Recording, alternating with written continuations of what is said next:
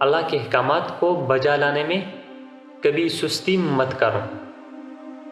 جن کے حقوق آپ کے ذمہ ہیں اس کو پوری ذمہ داری کے ساتھ پورا کرو۔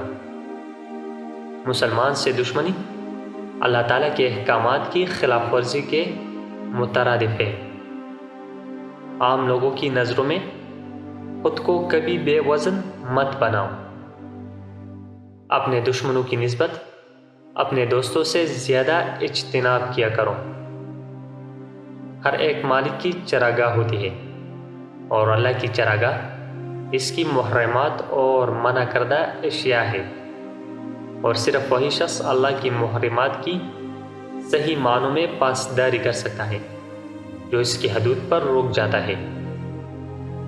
3 چیزوں کو ہمیشہ چھپا کر رکھنا: دولت، عورت اور جائیداد۔